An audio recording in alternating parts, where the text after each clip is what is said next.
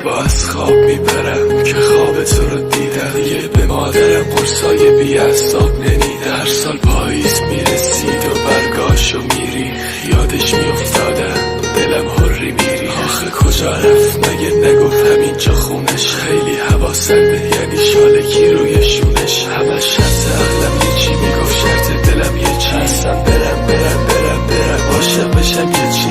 درد بیدرمونم ای بلای جونم. بعد رفتن تو من دیگه نااهل خونم. مادرم با اشکاش تنه ها و حرفاش میگفت عاشق این بشی یعنی خداحافظ آرامش. سرم داغ بود میگفتم بگو بده حالم.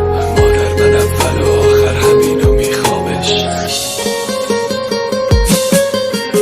توفان شد یاد تو از ذهنم پاک شده، خاک شده خاطره ها کنج دلم. دستات شد دستای اون لعنتی، آخرشم حساسه یه دوست دارم خشک و خالی مومه دلم.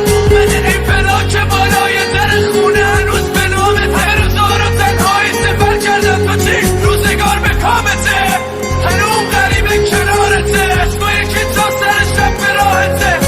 پر افسردم من سرخورده از این که دیگه دست خورده شدی. رفتی کنار این دنیا نشد کنار هم باشی. اون دنیا منو تنها نذار. شبا تو تنهایی ببار بیم. اگه فهمیدم با کسی بودی و سکوت کردم و رو حساب بچگی نذار. زدی زیر همه چی، خشممو دور دیدی و رفتی. برای چی که با هر کسی که خواستی بذاری اونو قرار.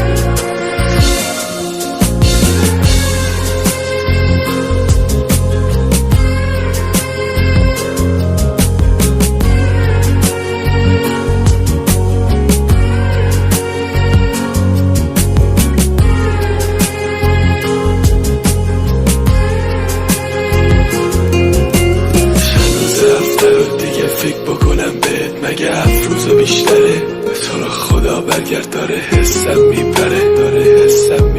بهت دارم میگم برگرد که التماس آخره. چند روز هفته رو دیگه فکر بکنم بهت مگه بیشتر از افروزه. چقدر خوبی کردم بهت پشت دستم بسوزه.